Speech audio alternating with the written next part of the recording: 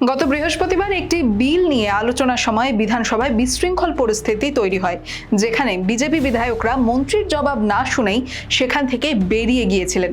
ফলে কার্যবিবরণী থেকে তাদের বক্তব্য বাদ দিয়েছিলেন অধ্যক্ষ বিমান বন্দ্যোপাধ্যায়। ঘটনা ঘিরে সোমবারেও উত্তেজনা তৈরি হয়। বিক্ষোভ এতটাই চরমে পৌঁছে যায় যে মার্শাল ডেকে 4 জন বিধায়ককে চলতি অধিবেশন থেকে বের করে দেওয়া হয়। মঙ্গলবার সেই ঘটনা নিয়েই মুখ খুললেন মুখ্যমন্ত্রী মমতা বন্দ্যোপাধ্যায়। গত বৃহস্পতিবারের এই ঘটনায় বিধানসভার বেশ কয়েকজন কর্মী আহত হয়েছিলেন বলেও অভিযোগ উঠেছে। মঙ্গলবার বিধানসভায় পৌঁছে মুখ্যমন্ত্রী সেই কর্মীদের সঙ্গে দেখা করে কথা বলেন এবং বিধানসভায় এই বিষয়ে বক্তব্যও রাখেন। তিনি বলেন, বিধানসভার কয়েকজন নিরাপত্তা কর্মী আহত হয়েছেন, তাদের বিরুদ্ধে নাকি এফআইআরও করা হয়েছে।